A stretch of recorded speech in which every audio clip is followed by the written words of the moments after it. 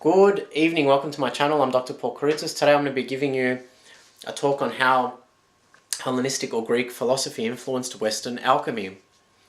For centuries, the Hellenes had busied themselves with the techni, the crafts, and specifically the endeavor to mimic the handiworks of their gods, the 12 Olympians. In classical myth, the god responsible for the crafts was Hephaestus, the lame son of Hera.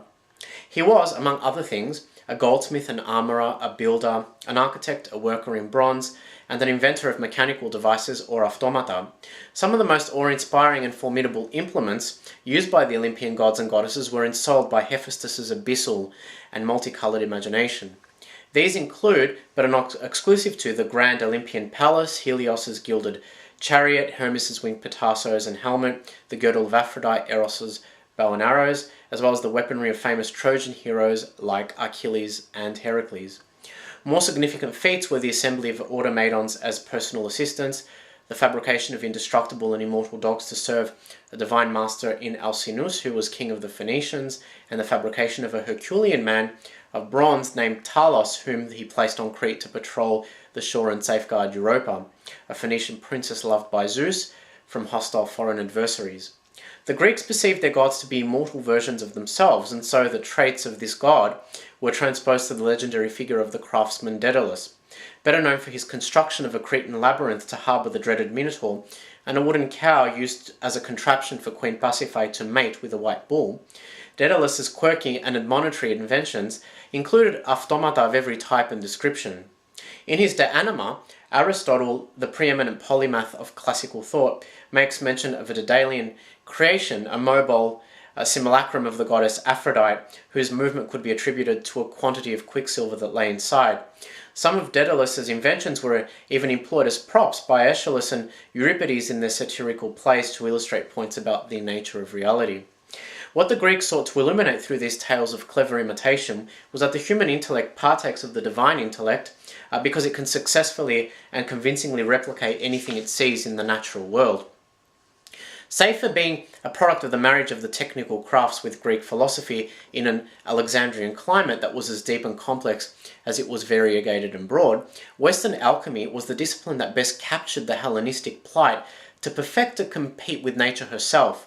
It appropriated many of the ideas that were around at the time: speculative nature science, Stoic philosophy, Gnostic soteriological notions of purification and elimination via contemplation, Egyptian symbolism of the Osirian rebirth cycle, and in doing so offered a point of reference pertaining to perspectives on the nature of matter, through which the relationship between the ethereal and material, the divine and corporeal, and the natural and artificial could be scrutinized.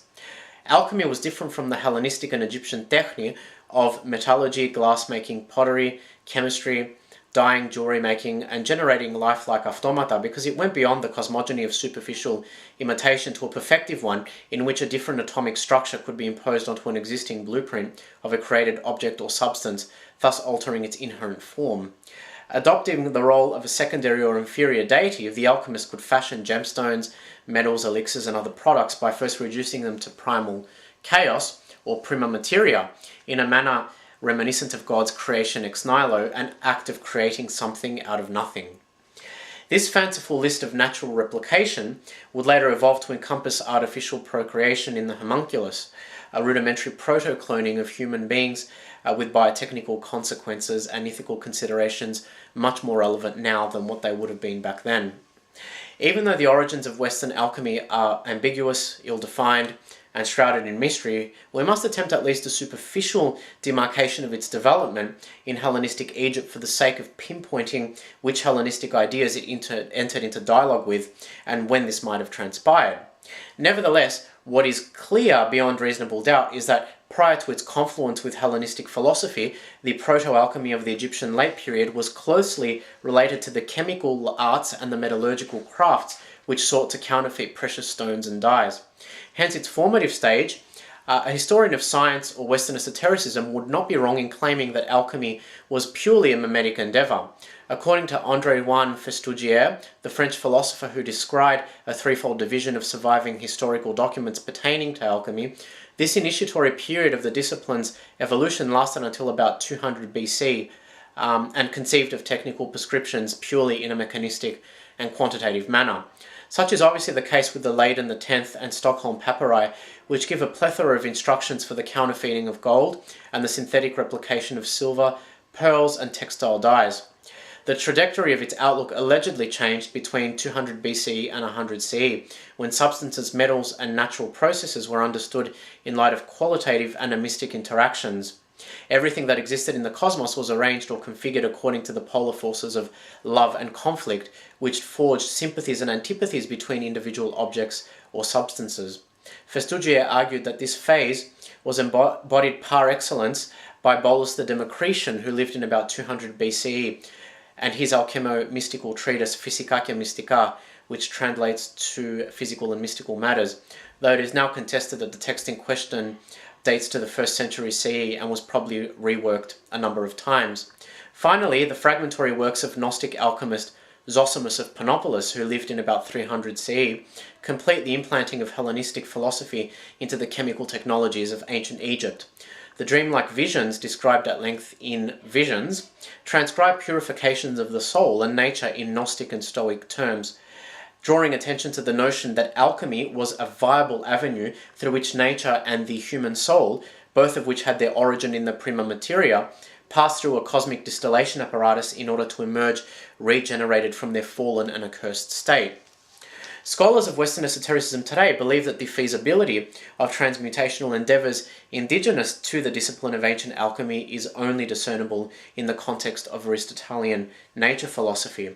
While this may be true, concepts vital to an Aristotelian teleology hinged on the relationship between matter, which the Greeks called ili, and form, which the Greeks called eidos, are no doubt cogitations of earlier Greek thought.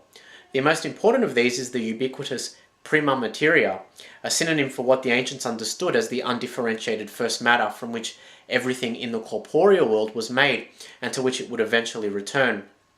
The alchemists themselves believed that transmutation as a world-creating and self-actualizing process was impossible without a return to the primordial state of oneness. They were so convinced that the virginal unformed essence of the soul and unactualized matter were both projections of the prima materia, and prima materia was often equated with the culmination of the opus, the ultima materia, or the philosopher's stone. Thus, for a base substance or soul to be transmuted into silver and gold, it had to be reduced to its primal state first. This marked a formative stage in the alchemical opus known as necrosis or nigredo, in which the old form or matter putrefies, dies and is supplanted by a much purer or virginal one that ignites from its ashes.